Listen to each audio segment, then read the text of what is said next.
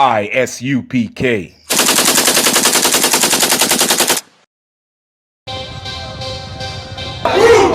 want no cowards in our camp, in our camp. Only men prepare to die. We want no cowards in our camp, in our camp. Never let their colors fly. We want no cowards in our camp, in our camp. Only men prepare to die.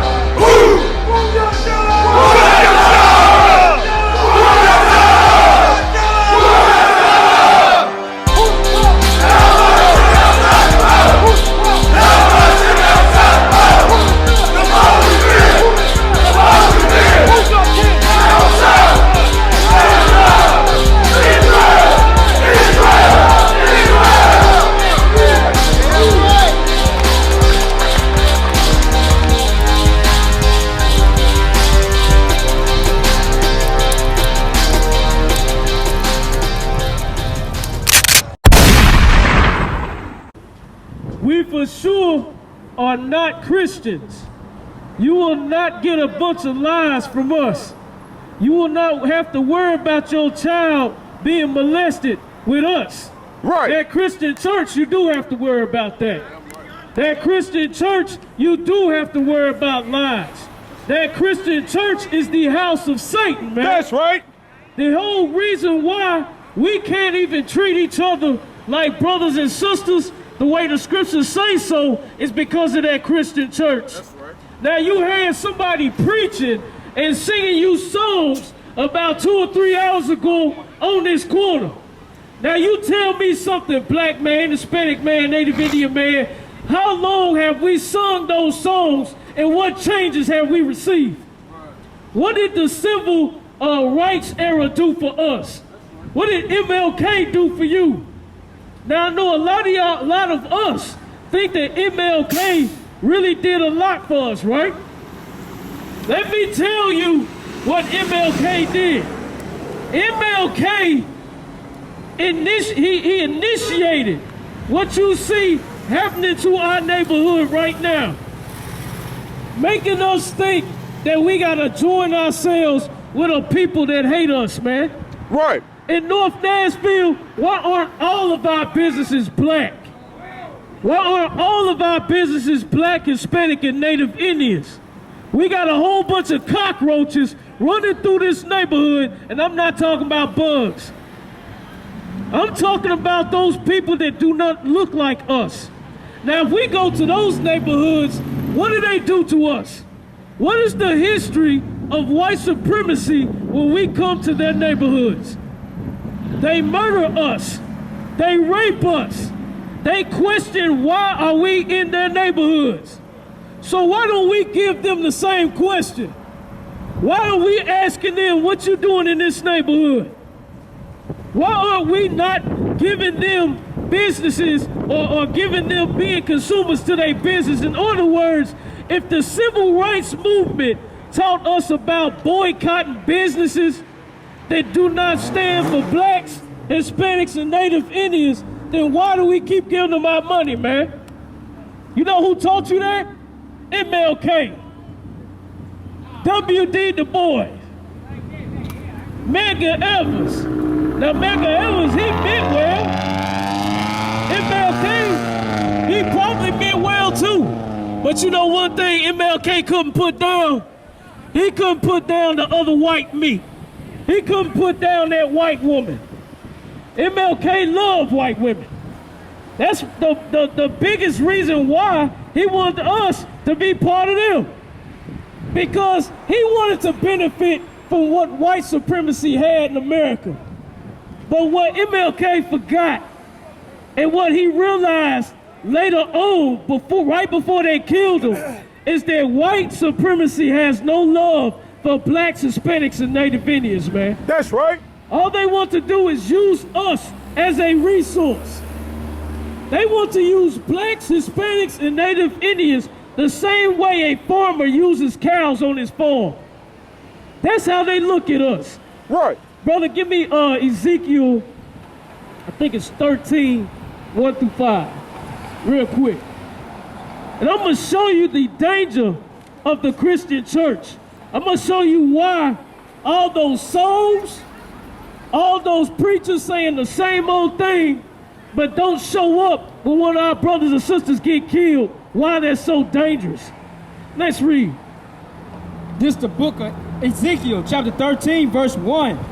And the word of the Lord came unto me, saying, verse 2, Son of man, prophesy against the prophets of Israel. Hold on 1 second. Prophesy against the prophets. What you seeing, I know you see us, right? These men in black, in this heat. Seems like we talking about nothing. But we are doing exactly what this scripture is telling us to do. We are doing exactly what the Lord told Ezekiel to do. Speak against the lies of the Christian church. Speak against homosexuality. Speak against drugs. Speak against everything that's against the laws of the Bible. Start from the top and read that again. Come on. Verse 1. And the word of the Lord came unto me, saying, verse 2, Son of man, prophesy against the prophets of Israel that prophesy, and say thou unto them that prophesy out of their own hearts, hear ye the word of the Lord.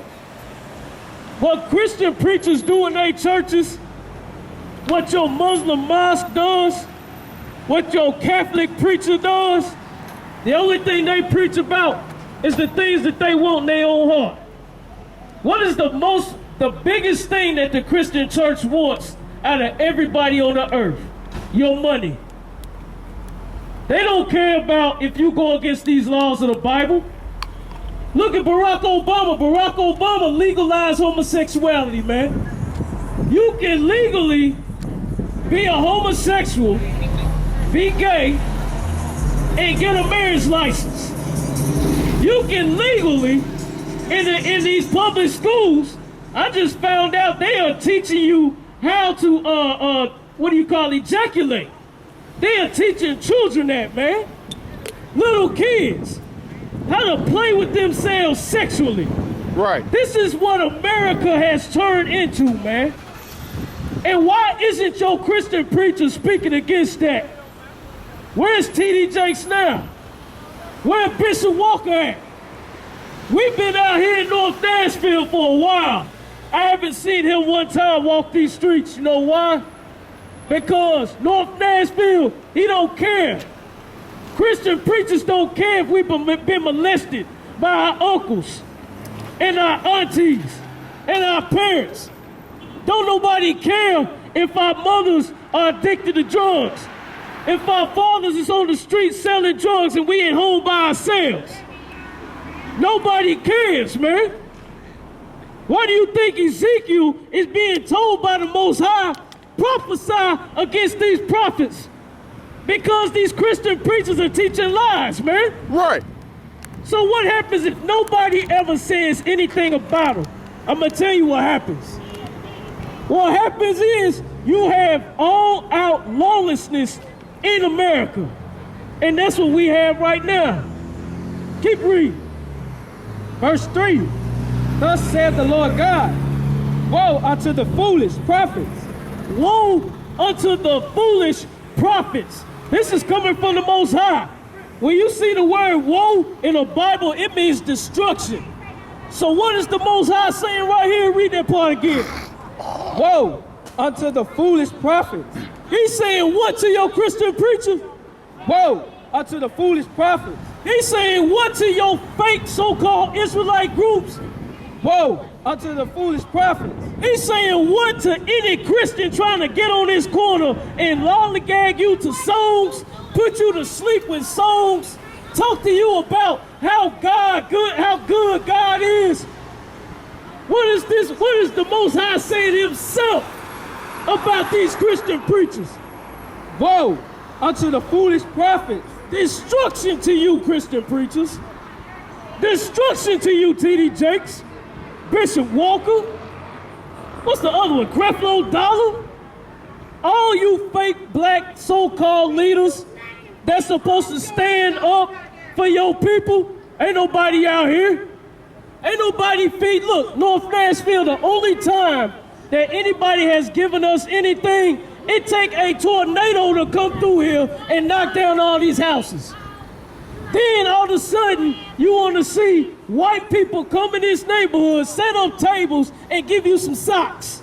Give you some toilet paper. Give you some hand sanitizer. Where are they at now? Because our people are still hungry, man.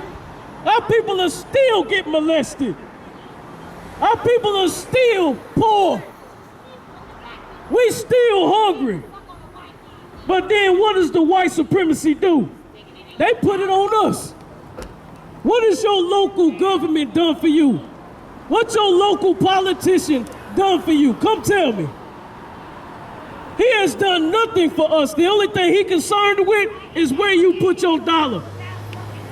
That's why your black leaders, your black politicians, your black Christian preacher allows that politician to come in your church. The only time they come in your church is when they're about to get voted on, and you know I'm telling the truth. When them ballots come out, all of a sudden you see all these white people coming in your church. But then where they at the rest of the year? I'll tell you where they at.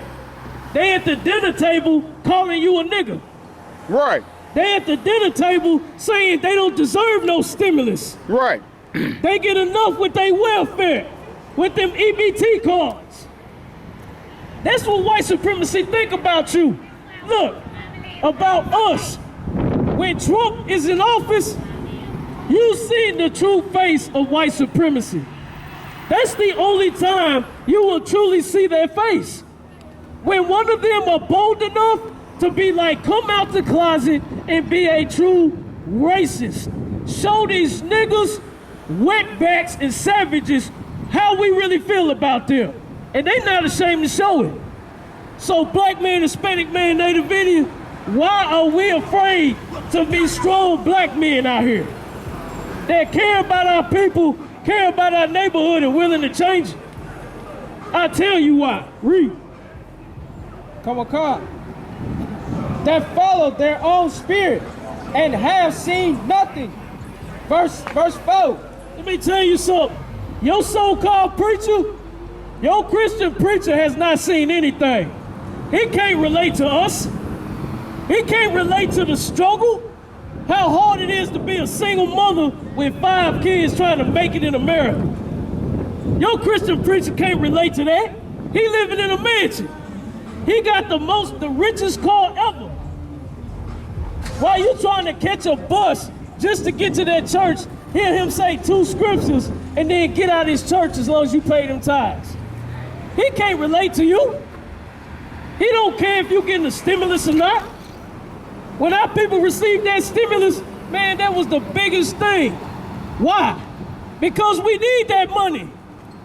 Because the only thing the government will drop in your neighborhood is dope. That's it. They'll drop us dope. They'll put liquor stores everywhere. They will even take crates of guns and drop them in our neighborhood so we can use them on each other. Ask Chicago. Everything that I'm saying can be documented. They don't care anything about us. Keep reading. Verse 4. O Israel, thy prophets are like foxes in their desert. O Israel, thy prophets are like foxes in the desert. Let me ask you something. When the last time you seen a fox in the desert? You don't never see them. I'm gonna tell you why. Foxes are nocturnal, meaning they come out at night. You'll never really see a fox in the desert unless you out there with night vision. The Lord is comparing false prophets, your Christian preachers, to a fox in the desert. Because where they at right now? Where they at when we struggling? And I'm not talking about no back-to-school backpack to give your kids. A couple of notebook papers, spiral notebook papers, and some pencils. Where was your Christian preacher when everybody remember in North Nashville when all these lights was out? And it was a white man going through the neighborhood with a shotgun killing niggas. Where was your Christian preacher at then? Where was your Christian preacher at when every time what's his name, Daniel Hambrick. Every time my brothers get killed in these streets, where is the Christian preacher at? We always want to give it up to Barack Obama. Barack Obama ain't do a damn thing. Somebody come up here and tell me one thing he did for you. Barack Obama did more speeches for the federal nation of, what's it called, the Federal Order of Police. He did more speeches for them than he did for any black man in America. When we were being killed through police murdering, Barack Obama didn't say nothing. You know Trump ain't gonna say nothing. Right. Biden ain't gonna say a damn thing either. Right. You wonder why we so angry up here? Because no one cares about blacks, Hispanics, and Native Indians, man. But the I.S.U.P.K under Commander General YAHANNA does. That's why you see these men in black with these dawadas on, you think they stars. It's a Hebrew language. That means Dawada, King David. That's what you think these stars are. They're not stars. It's the shield of David. When you see these brothers up here speaking, talking about the Christian church, talking about white supremacy, talking about things done against blacks, Hispanics, and Native Indians, open your ears up, because you're not going to get it from nobody else. You seeing them so-called purple niggas across that street, they gone now. You know why? Because the Lord was not with them. Right. We pushed them the hell up off this corner. You know why? Because the Lord's with us. And the Lord's going to make sure he provides for his people. He's going to make sure his people get fed physically and spiritually. Right. And we back it up with scriptures. Keep reading. Verse 5. This is the book of Ezekiel, chapter 13, verse 5. Ye have not gone up into the gaps, neither made up the hedges for the house of Israel. Your Christian preacher will not go into the gaps. You know what the gaps is? It's what we living in right now. Those hoods, those boroughs, those places that your Christian preacher wouldn't dare be caught living in. He gonna move to the suburbs. You know why? Because he's scared of his own people. Right. Bishop Walker is scared. You know, he owned the biggest church in Nashville, I believe. He's scared to come out here. You see us out here all the time. To the point when you see us, you throw your fist up. We throw it right back at you. You know why? Because we love our people. The Christian preacher will never step foot in this neighborhood unless he's going to get some good publicity from it. If he's going to get a good tax write-off. But you're going to see us out here all the time because we doing what the Lord wants us to do. Give me, what I want. Give me Jeremiah 50 and 7. Get that real quick. Jeremiah 50 and 7. And let me tell you something about a brother that you probably don't know about. His name was, what's his name? Jeremiah McLean, I think. I think it's Eugene McLean in Aurora. I think it's Aurora, Oregon. This brother was autistic. He kind of didn't think as fast as everybody else. You know what the police did to him? The police took this brother. I want to make sure I get his name right. The police took this brother. Could you look that up for me, R1? I think his name is Jeremiah McLean or Eugene McLean. He got killed by the police in that war. But this brother was just going to a store to buy something in the store. The clerk that sees him says that he looks like a killer because he has a mask on. Because he had what's they call it? He's COD, what's it called? OCD. He's OCD. So he has a mask on. So then the clerk calls the police on him. When the clerk called the police on him, you know what the police did? They put him in a rear naked choke that is illegal, and they choked this brother for about 30 minutes straight. And the brother told them that he can't breathe. He said that I'm different. Help me. He was pleading for his life. You know what the police did? The police kept choking him. They kept choking him and kept choking him. And the more they choked him, the more he started losing his life until he took his last breath. Now, earlier I told you that America looks at blacks, Hispanics, and Native Indians like a farmer looks at cows. Like killing a cow is nothing. That's how white supremacy looks at us. That's how your police looks at us. And when they killed this McLean brother, when they took his life, they took a picture and was smiling on the picture and showing it off. That's proof to you right there what America thinks about us, man. America does not care about blacks, Hispanics, and Native Indians. We are never going to stop seeing ourselves get murdered in the street. Does it make you angry? Yeah, it make you angry. The thing is, what do we do about it? The same person that's killing us, you telling me that's the same person that we should marry? That's the same person that we should look up to? That's the same person that we should call Jesus? Because in your Christian church, there's a white boy named that they say look like Jesus. When that white boy is Caesar Borgia, that's an image that the Christian church forced down our throat.